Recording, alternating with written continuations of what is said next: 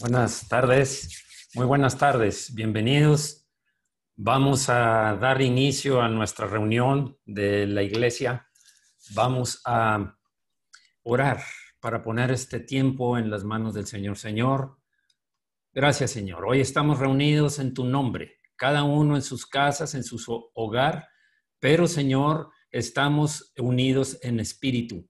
En tu espíritu, Señor, atendiendo a la enseñanza que tienes, del mensaje que tienes preparado para nosotros este día, Señor. Muchas gracias, Señor. Queremos disponer nuestro corazón para que tú lo transformes, Señor, a través de la palabra, para que siembres una semilla, Señor, que sea aprovechada por nuestro corazón, que no haya en los obstáculos que se presenten en nuestra vida, no seamos como la semilla sembrada entre piedras que se seca. Tampoco que vengan los espinos y abrojos que son los atractivos de este mundo, que quiten nuestra atención de ti y que la semilla se ahogue en medio de todos los afanes de este siglo. Señor, queremos que sea fruto abundante al 100 por 1 para que el propósito que tú tienes para nuestras vidas y para tu reino sea establecido y sigamos tal cual tú lo tienes preparado para nosotros. Gracias, Señor, por todos estos hermanos que estamos reunidos hoy en esta reunión alrededor tuyo, Señor, para escuchar el mensaje que tú mandaste para nosotros, para aprovecharlo cada uno de nosotros este día. En el nombre de Jesucristo te alabamos, te adoramos, te damos la gloria porque tuyo es el imperio, tú eres el soberano, el todopoderoso, el omnisciente, tú todo lo sabes, Señor. Gracias, Señor, porque tú no dependes de nada para poder manifestar tu gloria, tu poder y tu señorío sobre todo el universo. En el nombre de Jesucristo, gracias, Señor. Amén. Amén. Bien. Por favor, bueno, ya vamos a iniciar. Parece que hay alguna situación, alguna complicación por ahí con algo que se está presentando, pero vamos a dar inicio a nuestra enseñanza de este día. Bien. Ok. Hasta el día de hoy,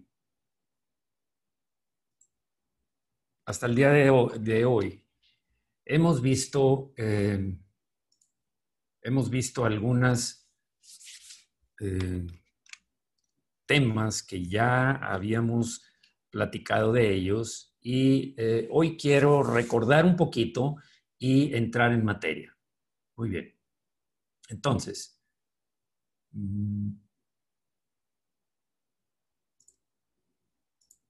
ok. Creo que por ahí están accediendo personas. Por favor. Bien. Muy bien. Entonces, vamos a dar inicio. Habíamos en ocasiones anteriores, en 2 ocasiones, habíamos visto la manifestación del amor de Dios a través de estos temas que ya tratamos, que están contenidos en el Salmo 22. El Salmo 22 es un salmo profético que le fue inspirado a David acerca del Señor Jesucristo que vendría 1000 años después a realizarse a través del sacrificio en la cruz, al sacrificio, la vida y el sacrificio del Señor. Sobre todo se refiere el Salmo 22 al sacrificio en la cruz. Vimos primero la rotura de la relación entre el Padre y el Hijo, que se hizo por amor. Tanto sufrió el Padre, porque no hemos considerado muchas veces eso, tanto sufrió el Padre como sufrió el Hijo en su cuerpo, el Hijo en todas las relaciones, no solamente físicas, en la relación con su Padre, en la relación con la gente, en la soledad, en el abandono, en la burla, en el desecharlo, después de que lo habían glorificado y habían esperado que Él fuera, pues, a ver, por favor, ok. Muy bien. Entonces, vimos el tema Dios mío, ¿por qué? Salmo 22, versículo 1 a 5. Después, el siguiente tema fue, a ver, permítanme un poquito. Ya. el siguiente tema, para mostrar el amor del Señor, se dio.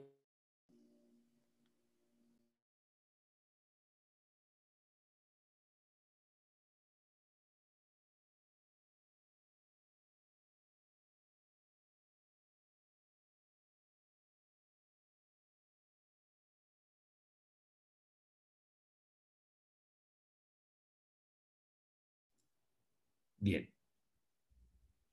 A ver, por favor. Sí, voy a tener alguna situación por aquí. Creo que ya está. Sí, es correcto. Muy bien. Entonces, sigamos adelante con esto. Se humilló para salvarnos. Ya sabemos el tipo de agresiones emocionales, agresiones físicas, de todo tipo sobre el Señor Jesucristo. Y Él estuvo dispuesto y se humilló para salvarnos. El día de hoy lo que vamos a ver es precisamente la continuación de este salmo, la continuación de este tema que tiene que ver con sus sufrimientos en la cruz. Ahora vamos a enfocarnos ya no en el menosprecio, en el juicio, en toda la serie de falsas acusaciones que se generaron, además de la relación que se había roto con el Padre, que eso es lo más doloroso que le pudo haber pasado al Señor, porque es una relación eterna. En el principio era el verbo era con Dios y el verbo era Dios. Esa relación del Hijo con el Padre no fue a partir de el inicio de la vida de Jesús. Ese ya existía desde antes, desde previo siquiera a la aparición del Señor Jesucristo sobre la tierra. Bien, entonces voy a seguir, le pido a mis hermanas que estén al pendiente porque están entrando personas, estoy admitiéndolas, pero me confunde un poquito. Por favor, si ustedes están al pendiente. Gracias. Muy bien. Entonces, volvamos adelante. Empecemos por lo siguiente. Hay algo que sucede durante todo el transcurso de la vida de Jesús y sobre todo durante el sufrimiento al que se vio sujeto, como vimos en la relación con el Padre, en la relación con todos los demás, incluso el humillarlo hasta dejarlo prácticamente considerado como una piltrafa humana, con perdón de la palabra, pero eso es lo que sí consideraban ellos en ese momento. Ahora, empecemos entonces por hablar de esto. Hasta este momento había un aparente dominio de sus enemigos sobre él. Y digo aparente porque vamos a ver en el desarrollo qué es lo que sucede, qué es lo que pretendían y qué es lo que al final ocurre. Primero, vamos a ver a través de este salmo profético cómo lo refleja a lo que iba a suceder 1000 años posteriores a que este salmo fue inspirado en el rey David, en el profeta David. Entonces, concentrándonos en esto, vamos a ver cómo actúan como bestias. Empecemos por ver el primer versículo, Salmo 22, versículo 12. Dice, me han rodeado muchos toros, fuertes toros de Basán me han cercado. Toros y vacas de Basán, la escritura habla acerca de esto. El profeta Amós, en capítulo 4, versículo 1, en el Antiguo Testamento, habla acerca de las vacas de Basán. ¿Qué es Basán? Basán era una región muy fértil, donde había muchos pastos. Entonces los toros, el ganado entero, el ganado total era muy bien alimentado, muy fuerte, muy dispuesto a defenderse o a obtener lo que querían. Eran fuertes toros de Basán. De hecho, quiero mostrarles que en Amós 4.1 No voy a colocar aquí el versículo para ahorrar tiempo, pero Amós se refería a que ellos, los príncipes, los gobernantes, tanto gobernantes civiles como los gobernantes religiosos, habían engordado a cuenta de las grandes bendiciones que Dios había dado a su pueblo, pero en lugar de mostrar un espíritu agradecido, se olvidaron de Dios y se rebelaron contra Él, volviéndose orgullosos y arrogantes. Tanto los reyes y los príncipes como los sacerdotes y sumos sacerdotes, todos se habían apropiado de las bendiciones de lo que el Señor de alguna manera bendecía al pueblo y pues finalmente ellos acababan también siendo bendecidos. Pero glorificar a Dios, que era lo que se esperaba de ellos porque habían sido puestos por Dios, en lugar de eso, se apropiaban y menospreciaban al pueblo y abusaban de él. Eso es a lo que se refiere aquí. Lo mismo están haciendo con el Señor Jesús. El versículo 3 en el Salmo 22 dice, abrieron sobre mí su boca como león rapaz y rugiente. Está describiendo el salmista algo que iba a suceder en Jesús. Abrieron sobre mí su boca como león rapaz y rugiente. La verdad es que perdieron las características de humanidad. Perdieron las características de humanidad. Se habían ensañado de tal manera con Jesús, mostrando lo que había en sus corazones. Era ya depravada la forma en que le estaban atacando y estaban descargando su ira, su necesidad de manifestar la naturaleza perdida del ser humano y motivada por las fuerzas de las tinieblas. La verdad es que se describe una carga de brutalidad que asusta lo que hicieron con el Señor. Así es lo que esta gente estaba desarrollando. Ahora, la pregunta es, ¿quiénes son estos enemigos? ¿Quiénes son? En primer lugar, consideremos a los hombres, principales sacerdotes y la guardia. Básicamente son guardia romana y la guardia del templo. También ellos están incluidos entre los enemigos que estaban ensañándose contra el Señor. De hecho, Lucas 22:52 aclara el Señor Jesucristo. Dijo, y Jesús dijo a los principales sacerdotes, a los jefes de la guardia del templo y a los ancianos que habían venido contra él, como contra un ladrón habéis salido con espadas y palos.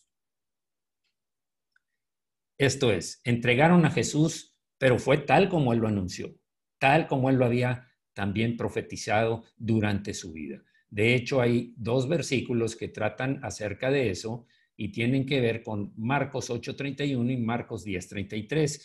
Quiero referirme a Marcos 8:31. Dice, y comenzó a enseñarles que le era necesario al Hijo del Hombre padecer mucho y ser desechado por los ancianos, por los principales sacerdotes y por los escribas, y ser muerto y resucitar después de 3 días. Eso él ya lo había profetizado también, el mismo Señor Jesucristo. Ahora, en cuanto a que lo acechaban para prenderle, también había el Señor hablado acerca de esto. En Marcos, en Lucas y en Juan se refiere a esto. Quiero tomar Lucas 19:47 y decirles lo que está escrito en la Escritura. Dice, y enseñaba cada día en el templo, pero los principales sacerdotes, los escribas y los principales del pueblo procuraban matarle. Esa era la intención, a fin de cuentas. Procuraban deshacerse de él. Ahora,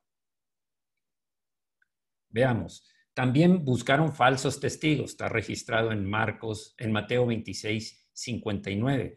Buscaron falsos testigos. Ahora, recordemos una cosa. Ahí está tal cual aparece ahí, está en Mateo 26:59. En Mateo 26:59 habla acerca de que buscaron falsos testimonios, falsos testigos que lo acusaran. El hecho es que podemos ver en la vida de Pablo. Pablo en Gálatas 1:13 dice, porque ya habéis oído acerca de mi conducta, está hablando Saulo de Tarso, en otro tiempo, en el judaísmo, porque perseguía sobremanera la iglesia de Dios y la asolaba. Para el Señor Jesucristo, perseguir a su iglesia es perseguirlo a Él.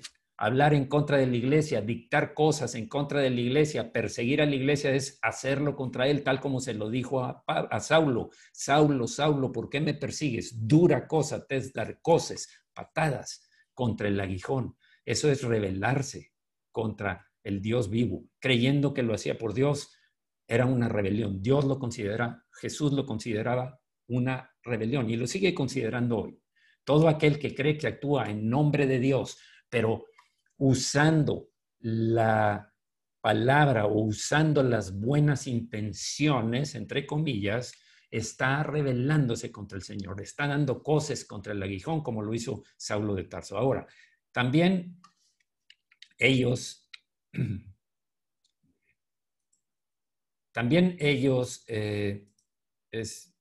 26:59, pero ellos pidieron su muerte a Pilato. De hecho, todos estos enemigos humanos pidieron su muerte a Pilato.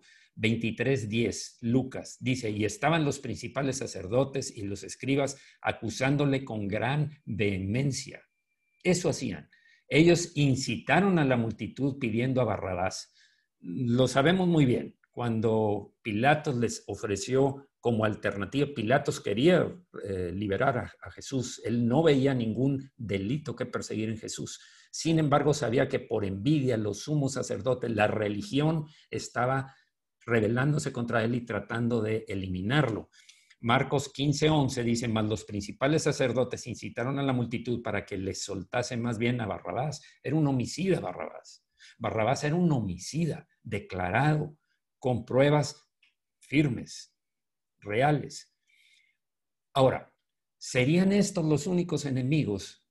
Los sumos sacerdotes, los fariseos, los saduceos, los escribas, los príncipes, los gobernantes, no nada más Herodes, sino también todos los que estaban confabulados para eliminar al Señor y querían quedar bien con los religiosos también. Siempre ha habido esos dos poderes que se apoyan uno al otro en muchas ocasiones para conservar el gobierno de la gente, sobre la gente. Pero había otros, y esos son Satanás y sus demonios. Por supuesto que este es enemigo del Señor y siempre lo ha sido. Desde que cayó Luzbel, cuando se rebeló y quiso ser igual a Dios, se convirtió en Satanás y tiene sus demonios que actúan en contra de lo que Dios ha establecido. Si Dios creó a la humanidad y le dio al hombre una semejanza, hacerlo semejante a él, al hombre, a Dios, entonces quiere destruir al hombre para afectar afectar el plan, el propósito de Dios. Entonces, ok, seguimos. ¿Qué es lo que dice aquí?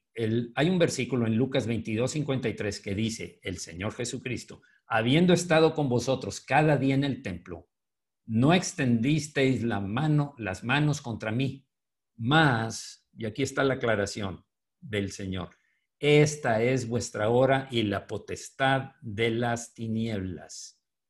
Era el tiempo en que se les había dado permiso, facilidad a Satanás y los demonios para que hicieran lo que estaban intentando.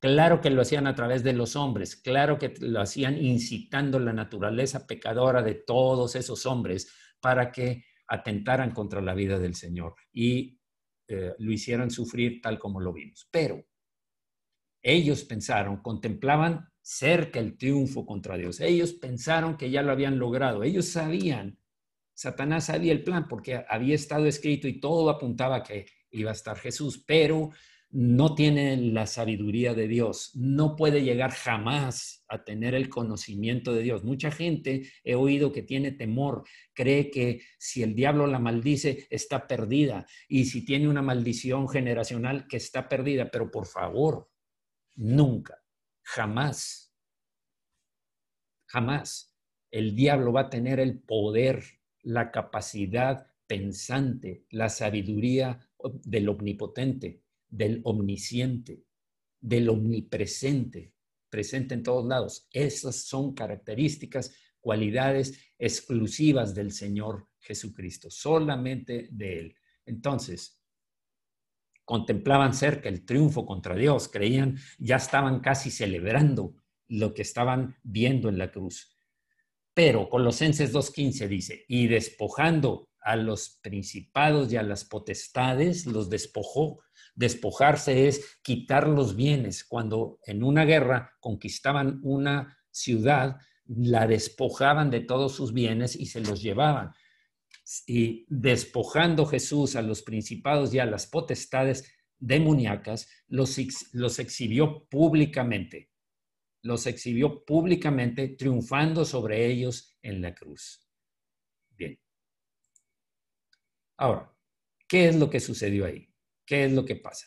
Sabemos desde el principio, desde el libro del Génesis, que estaba también previsto de que cuando vino la maldición de Dios sobre la serpiente, que era la que había tentado a Eva, le dijo, pondré enemistad entre ti y la mujer, tú herirás a su simiente, a su descendiente, herirás en el calcañar, en el talón, en la parte del talón, pero ella aplastará tu cabeza, va a aplastar tu cabeza. Y eso es lo que estábamos viendo aquí. Esa profecía del Génesis, miles de años antes, estaba sucediendo en este momento, cuando él conquistó, cuando él llevó la victoria que esperaban las tinieblas tener, fue rescatada por el Señor.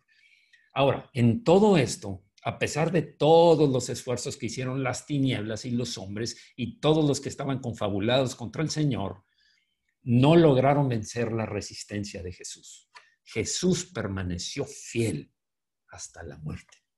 Esta es una característica que nosotros debemos reproducir en nuestras vidas, en nuestro ser, que nuestra alma, nuestro cuerpo, a través de la suministración del Espíritu Santo a nuestro espíritu, permanezcamos fieles hasta la muerte, como lo hicieron los apóstoles que fueron a la muerte, como lo hizo el primer mártir de la historia cristiana, que fue Esteban. Desde entonces, después de que ya Jesús había ascendido, sabemos que hubo después otros, pero fiel hasta la muerte, eso es lo que debemos. No estoy hablando ahorita de que vamos a dar la vida, sino ¿de qué estoy hablando? De que si tú tienes oportunidad de ser atraído por el mundo, por las facilidades, los atractivos del mundo y vivir como los del mundo, hacer las cosas que hacen los del mundo, que andan de tal manera que nadie podría decir, este es creyente, este es cristiano, este no es creyente, este es incrédulo, este es cristiano por su comportamiento, por su forma de hablar, porque no participa en las tinieblas, porque no habla como ellos. Eso es ser fiel. Fiel hasta la muerte.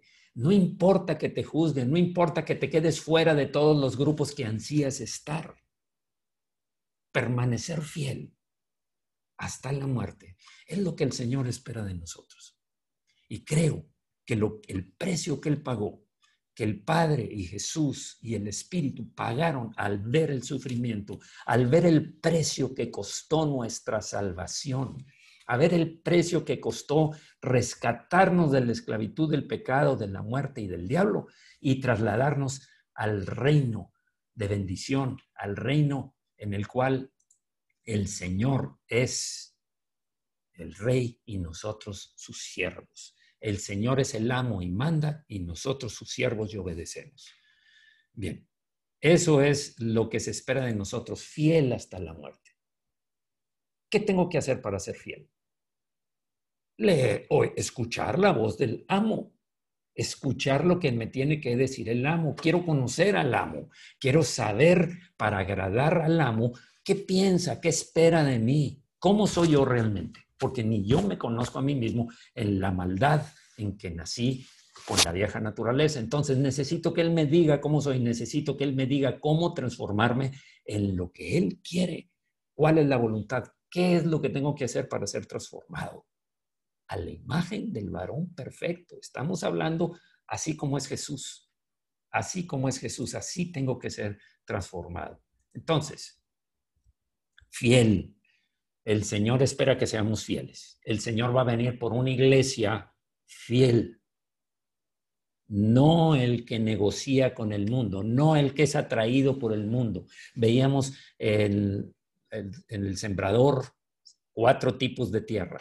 La que ni siquiera está el corazón endurecido, esa ni oyó la palabra, ni le interesa, ni quiere saber nada. Es más, hasta dicen que ni hay Dios. El segundo, vienen las pruebas, las dificultades, y dicen, no, pues yo vine a esto porque me dijeron que Dios me iba a resolver todo, que todas sus promesas son para bien, que yo puedo hacer lo que yo quiera, que si viene algo contra mí, el Señor me lo va a quitar inmediatamente. ¿Perdón? A ver, ¿qué evangelio oíste? ¿Dónde oíste eso? Porque ese es falso. Ve la historia bíblica.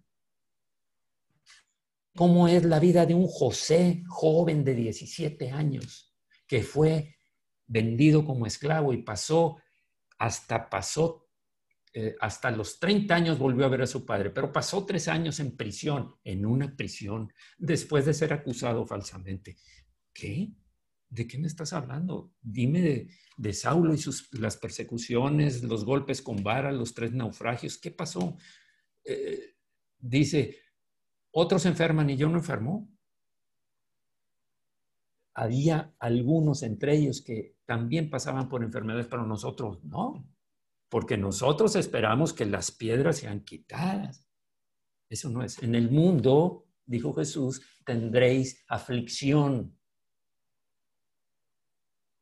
pero no temáis, yo he vencido al mundo. Y aquí está la prueba de que él la venció. Él permaneció fiel hasta la muerte. Ahora, ¿cuáles eran los sufrimientos físicos del crucificado? Hay otras cosas que nos tenemos que enterar para ver la magnitud del sacrificio, del costo del que tú y yo seamos hijos de Dios. Y que lo que necesitamos hacer, repito, es que permanezcamos fieles, porque la salvación es el inicio.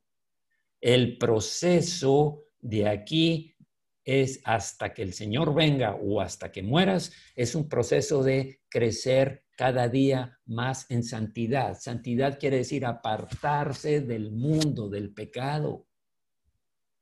¿Cómo lo logro?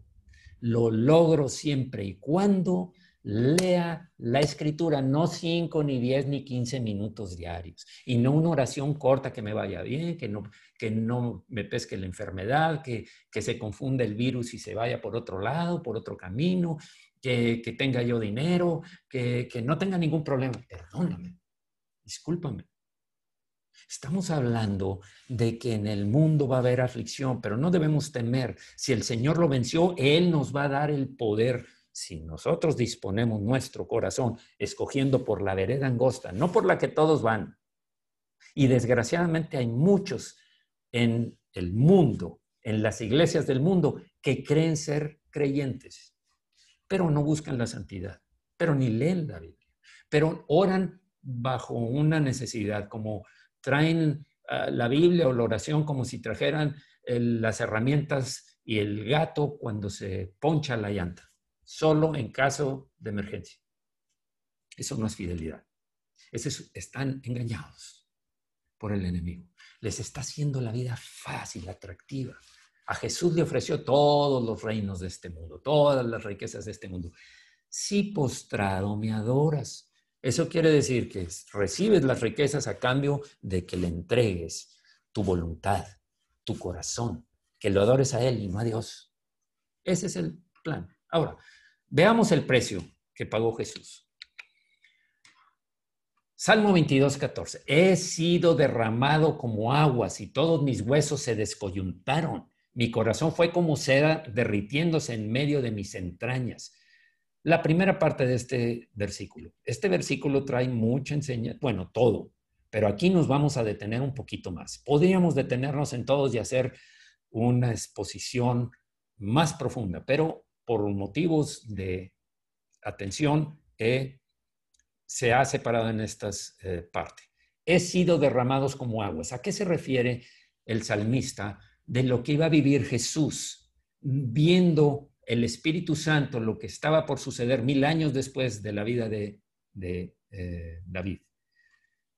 Habla de como aguas derramadas, sudor de su cuerpo, sudor de su cuerpo. Entonces,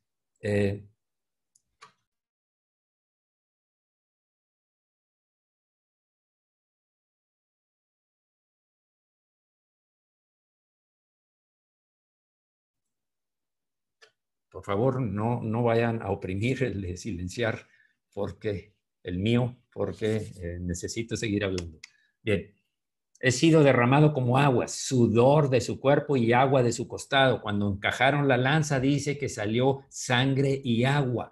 Estaba totalmente deshidratado ese cuerpo, de todo crucificado. Estamos hablando ahora específicamente de nuestro Señor Jesucristo.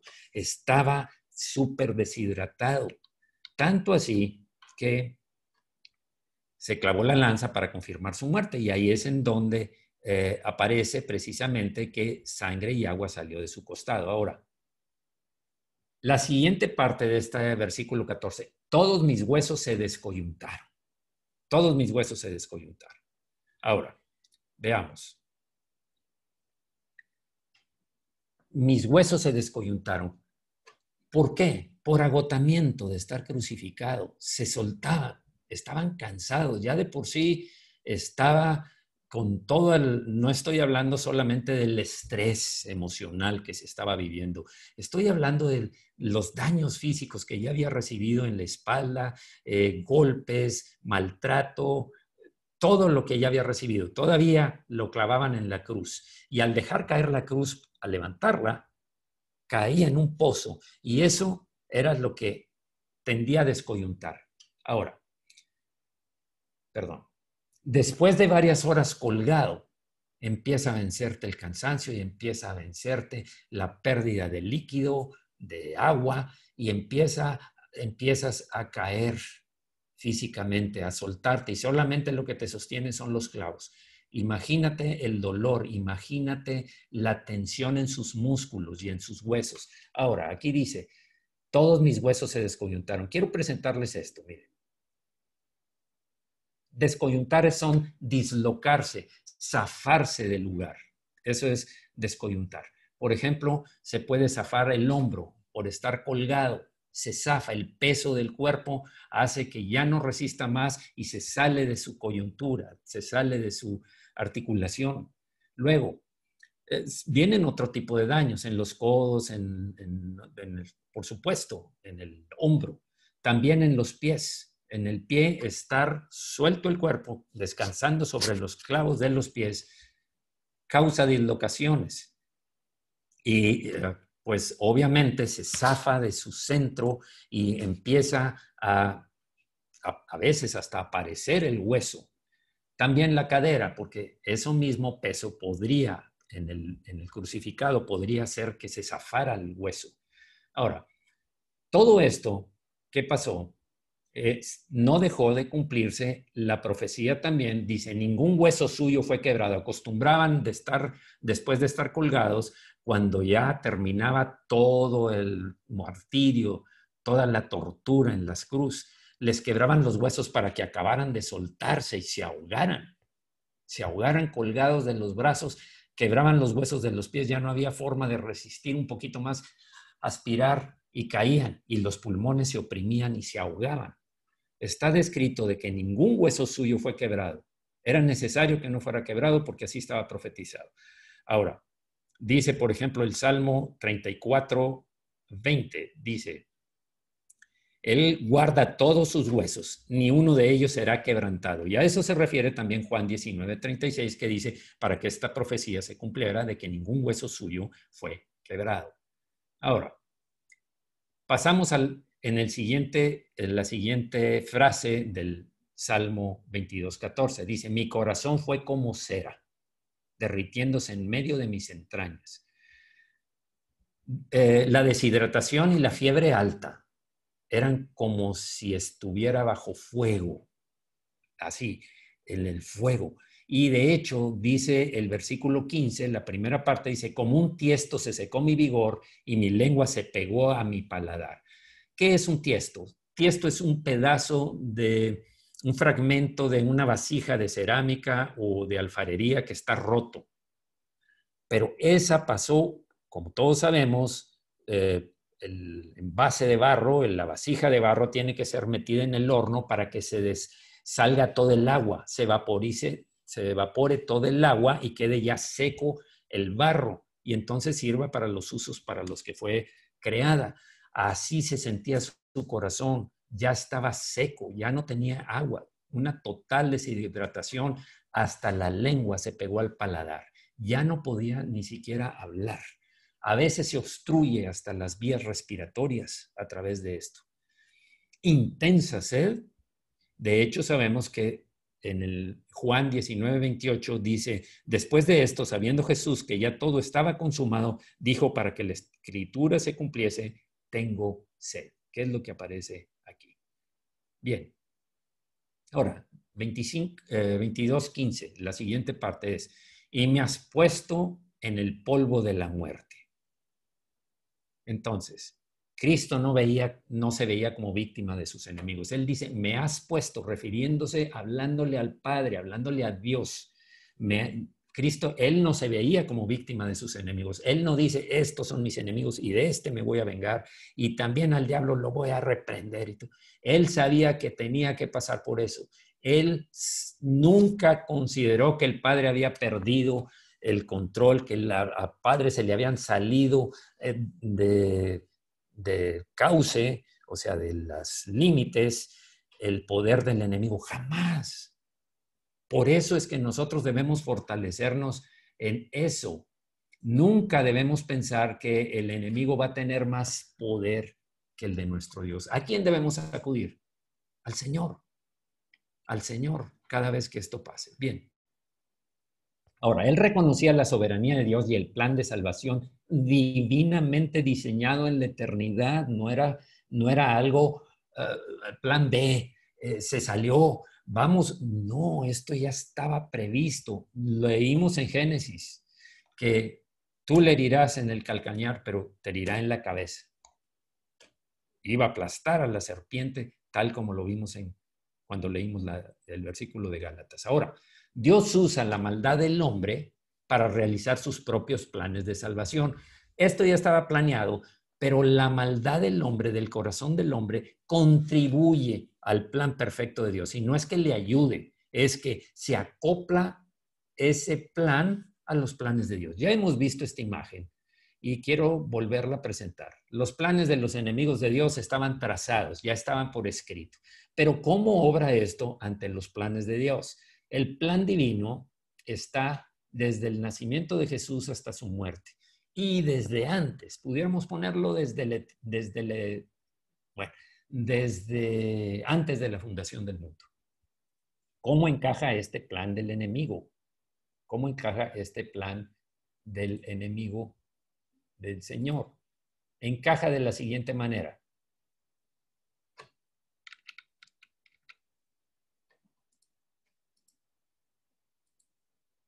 Ahí va. Simplemente está dentro del plan. Está totalmente dentro del plan. Dios conoce todas las cosas. Dios conoce el corazón de los hombres. Dios sabía quiénes son los que iban a actuar precisamente contra el Señor, contra Jesús. ¿Quién iba a tratar de destruir? Bien. Hay ejemplos bíblicos de esto. Ejemplos que nos dan luz acerca de esto, que la maldad del hombre no es más que una parte del plan de Dios. En ocasiones nosotros decimos, Señor, te olvidaste de mí, Señor, ¿qué pasa? Señor, ¿por qué no hay respuesta? Espera su tiempo, mantente orando y después da gracias en todo, porque esa es la voluntad de Dios para con nosotros, que estamos en Cristo Jesús, que hemos creído que hemos recibido la salvación del sacrificio de Jesús. Ejemplos, tenemos el de precisamente José, fue vendido por sus hermanos y después cuando muere Jacob, los hermanos creyeron que José se iba a vengar de ellos. Y entonces fueron y le dijeron, mi padre dijo que no te vengaras, que nos perdonaras. Y le dijo, a ver, José lloró y les dijo, a ver, ustedes, en otras palabras, no es plan de ustedes. Ustedes pensaron el mal contra mí, pero Dios lo transformó en bien, porque si no hubiera sido por eso, Israel hubiera muerto y toda su gente. Jacob y todos sus hijos hubieran muerto de hambre si no hubieran podido negociar con... Y de hecho, hasta el mismo Egipto, porque fue a través de la interpretación del sueño de Faraón que José previó esto y llenó los almacenes. Ahora, Pedro dice de Jesús en Hechos 2:23, a este, refiriéndose a Jesús, entregado por el determinado consejo y anticipado conocimiento de Dios, prendisteis y matasteis por manos de inicuos crucificándolo. Otra versión dice, desde el principio Dios había decidido que Jesús sufriera y que fuera entregado a sus enemigos. Ustedes lo ataron y lo entregaron a los romanos. En otras palabras, no es nada nuevo lo que está pasando. Ya estaba previsto. Entonces, aquí vemos que las cosas que nos van a pasar van a redundar para nuestro bien, porque sabemos que a los que amamos a Dios todas las cosas nos ayudan a bien. Esto es, a los que los que andamos en el espíritu, no en la carne. ¿Qué quiere decir? Cuando es pecado vas a pagar consecuencias. No estaba previsto que las vivieras, no, porque Dios no prevé que peques. Dios quiere que no peques. Y cuando hay un pecado recurrente, viene un castigo por amor. Dios disciplina al que ama y castiga a todo el que recibe por hijo. Entonces, el 24 dice, al cual, a Jesús, Dios levantó, resucitó, sueltos los dolores de la muerte, por cuanto era imposible que fuese retenido por ella. Jesús es Dios, por favor, y estaba dentro del plan de Dios.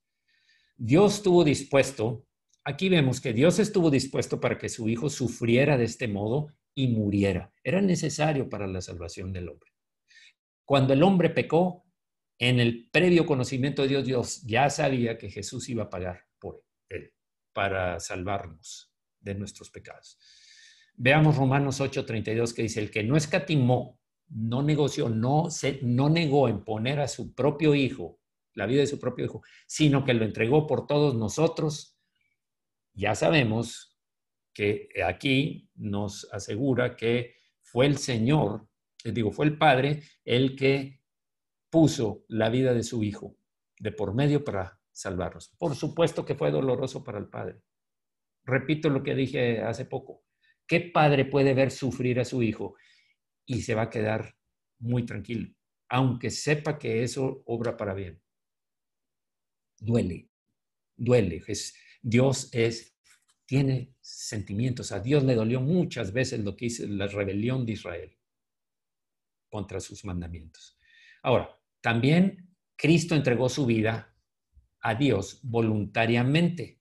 Él también entregó este conjunto de dos cosas, es voluntad del Padre y voluntad del Hijo. Efesios 5:2 dice, Cristo nos amó y se entregó a sí mismo por nosotros, ofrenda y sacrificio a Dios en olor fragante. El 16 dice, porque perros me han rodeado. Se refiere a los curiosos, se refiere a los que estaban ahí morbosos, a ver cómo sufre, a ver aquel que hizo tantos milagros, que decía que es hijo de Dios. Juan 19:20 dice, y muchos de los judíos leyeron este título, recordemos que le puso Jesús, rey de los judíos, porque el lugar donde Jesús fue crucificado estaba cerca de la ciudad y el título estaba escrito en hebreo, en griego y en latín. Por eso es que estaban ahí. Ya sabemos que cuando alguien sufre, toda la gente quiere saber qué pasó y cómo está y qué le está pasando y cómo se ve que sufre y qué bueno que está sufriendo, porque desahogan la maldad. Gritaban insultos y burlas. Eran como jauría de perros, dice ahí.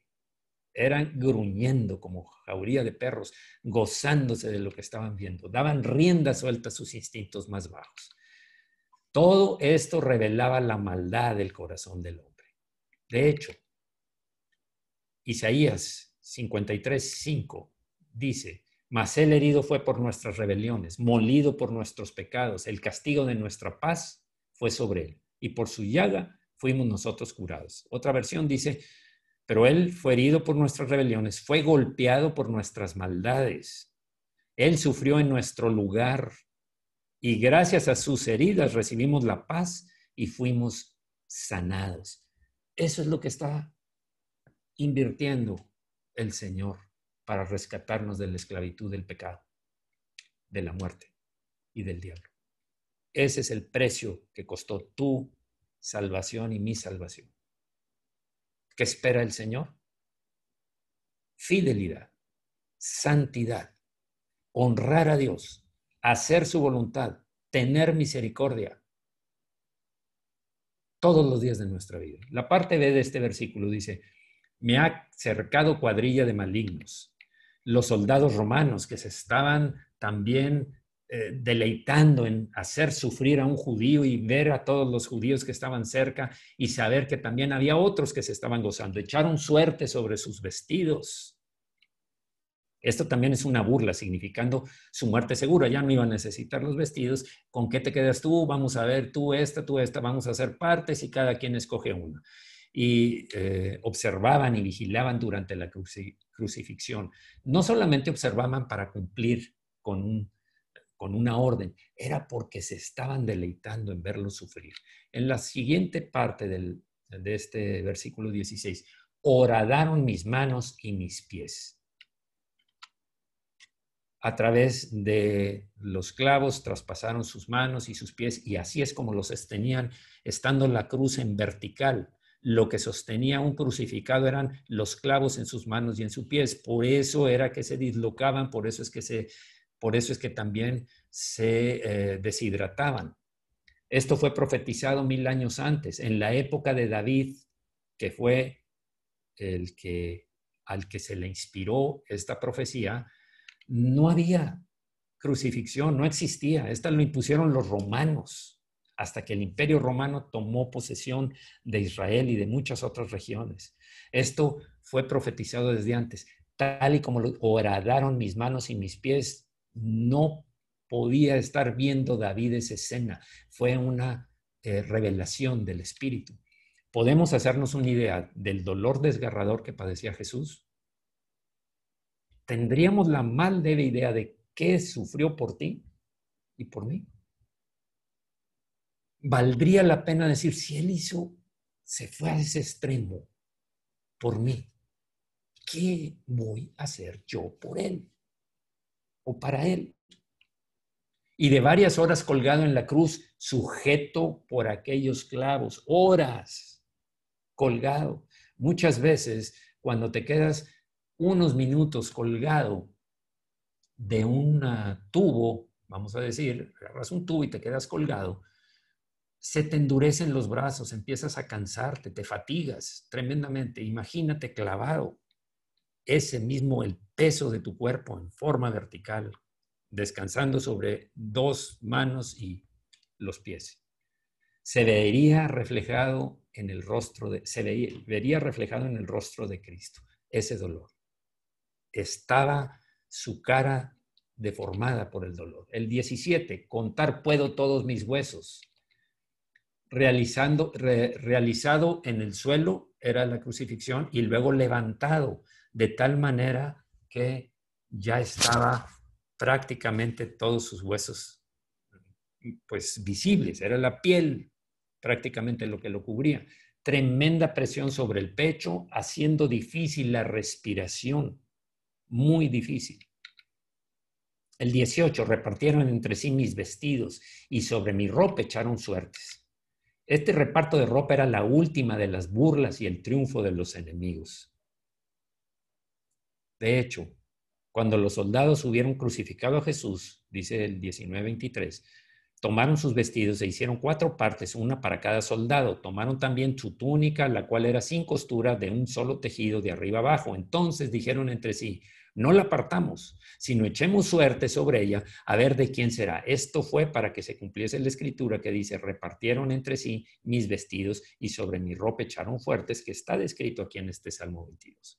Ya no necesitaría más la ropa, desnudo estaba, listo para la fosa. La vergüenza por la desnudez fue consecuencia inmediata del pecado. Todo empezó cuando Adán y Eva pecaron y oyeron la voz de Dios.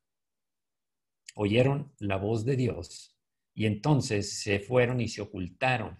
Aquí, estar desnudo delante de Dios como nosotros vivimos, porque Dios conoce todo lo que hay en nuestro corazón. Estar desnudos es consecuencia inmediata del pecado, el sacrificio que Él tuvo que hacer. Estar desnudo en la cruz. Otra vergüenza adicional. Bien. Y Cristo fue desnudado para poder vestir nuestras almas con su manto de justicia. Traemos una nueva vestidura, gracias a que Él fue desnudado, puesto en la cruz, avergonzado, para que nosotros tengamos un manto de cumplir con la justicia de Dios. Y el 17, entre tanto ellos me miran y me observan. Dice Lucas 23:48, y toda la multitud de los que estaban presentes en este espectáculo, toda esa multitud, ya leímos este versículo, todos estaban ahí porque estaba cerca de la ciudad, porque era un lugar por el que tenían que pasar. Y se quedaban a contemplar el dolor. ¿Qué encontraban en aquel bochornoso espectáculo que les producía tanto placer? Era esa curiosidad malsana que tanto atrae el corazón caído. ¿No había nadie que sintiera compasión de él? Es pregunta. ¿Dónde estaban aquellos que habían escuchado con agrado sus enseñanzas, beneficiado de sus sanidades o que habían comido en el desierto los panes y los peces? ¿Dónde estaban?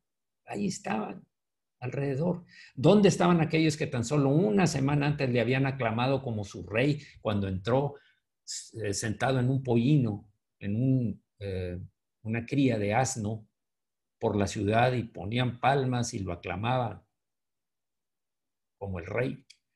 ¿Cuál era el propósito último de todas estas cosas? Como le dijo la mujer de Job a Job, aún retienes tu integridad, maldice a Dios y muérete. Ahora, terminemos con la última oración de Cristo en la cruz. Momentos de máximo sufrimiento, pero no había en él dudas. El 19, que es el último versículo que vamos a leer. Mas tú, Jehová, no te alejes, fortaleza mía, apresúrate a socorrerme. ¿A quién se estaba dirigiendo? A Dios. Expresaba con total seguridad que Dios finalmente le libraría y le sacaría de la muerte. No clamaba, no pedía misericordia con los hombres, con los sacerdotes, con los gobernantes. Esta plena restauración se produjo en el momento de la resurrección y su ascensión al cielo. Muy bien, ahora termino con esto. Voy a presentarlo y luego vamos a declararlo todos. Gracias, Señor, porque con tu sufrimiento pagaste por mis pecados, por todos mis pecados. Me rescataste de la esclavitud del pecado y del diablo para servirte a ti. Ahora les pido, por favor, todos repitamos esto. Gracias, Señor, porque con tu sufrimiento pagaste por mis pecados. Me rescataste de la esclavitud del pecado y del diablo para servirte a ti. Señor, muchas gracias, Señor. Gracias, Señor. Las palabras que salieron de la boca de mis hermanos que también declararon esto, que sean realmente, que lleguen a lo alto como un olor fragante, como un sacrificio de olor fragante hasta tu trono, Señor, hasta donde tú estás ahora. Gracias, Señor, por lo que hiciste por nosotros. Muchas veces no contemplamos o no conocemos el sufrimiento con el cual pagaste por mis pecados y por nuestros pecados, Señor. No teníamos idea muchas veces cuando sufrimos leves cosas por servirte a ti. Nos quejamos, nos lamentamos, queremos que nos saques inmediatamente del sufrimiento, que no nos pase nada. Dios es el que me guarda y que Dios me protege y que Dios y que Dios haga esto y haga lo otro y haga aquí y haga allá y que cumpla y que haga. Perdónanos, Señor, por no considerar todo lo que tú pagaste por nosotros como para que nosotros no hagamos lo que nos toca hacer en fidelidad, en obediencia a tu palabra, en disposición, dispuestos a sufrir, como dijo Pablo, los sufrimientos de Cristo. Gracias, Señor, porque aunque no tenemos idea, sabemos lo que hiciste. Y no queremos seguir viviendo una vida en donde tú tienes que seguir haciendo todo. Sabemos que nos amas, pero por cuanto nos amas, nos vas a dar oportunidades de crecimiento de la fe, confiando en ti en medio de las pruebas y de las adversidades, no evitando que vengan a nuestras vidas, porque todo está planeado por ti, Señor. Todo está planeado por ti, Señor. Esto no es casualidad. Esto es lo que tú esperabas. Así como le pasó a Jesús, a José, que fue vendido por sus hermanos. Así como pasó con todos los demás héroes y mujeres de la fe, heroínas de la fe. También es saber que lo que dice Hebreos capítulo 11, y Dios preparó cosas para que nosotros no quedáramos por ser menores que ellos. También hay pruebas, difíciles, circunstancias para confiar en ti, que dejemos de orar solamente, Señor, por mi bienestar, porque todo me perdonas, porque tú no te fijas, porque vas a traerme todo, porque me vas a dar todo. Perdónanos, Señor, por orar de esa manera y no buscar tu voluntad. Yo quiero orar, Señor, que se haga tu voluntad en cada uno en esta iglesia, sea cual sea, la que tú tienes prevista desde antes de la fundación del mundo.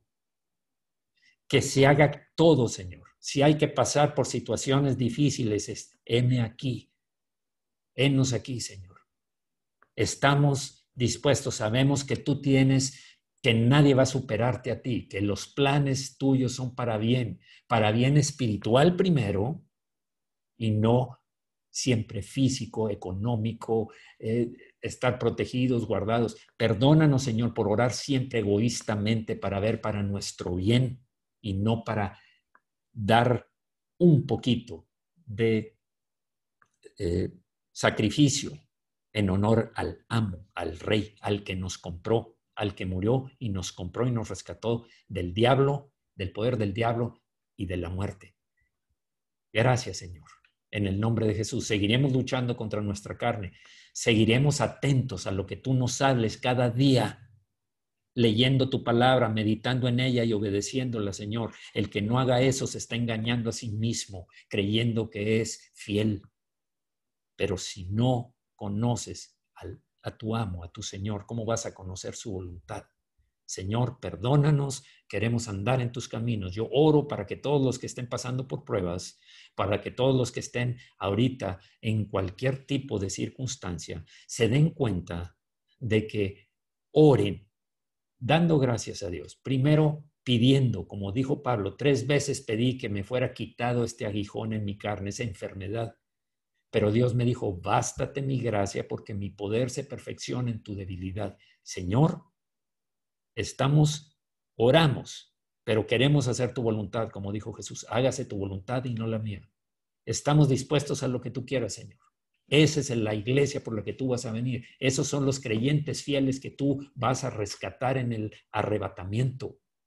No queremos vivir engañados creyendo que porque asistimos a una iglesia, que porque nos comportamos de tal manera, tenemos que ser fieles, diferentes al mundo, luz en medio de tinieblas y no otra tiniebla más.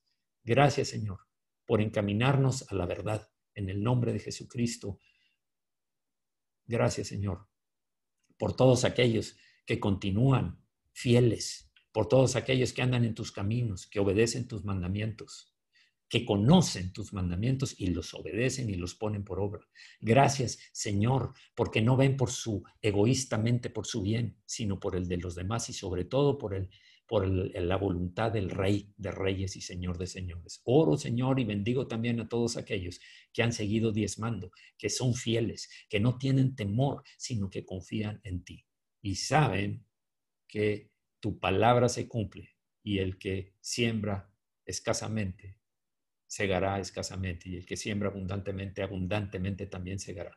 Gracias, Señor, por la bendición de estar juntos rodeándote a ti en el nombre de Jesucristo. Amén. Amén. Bien.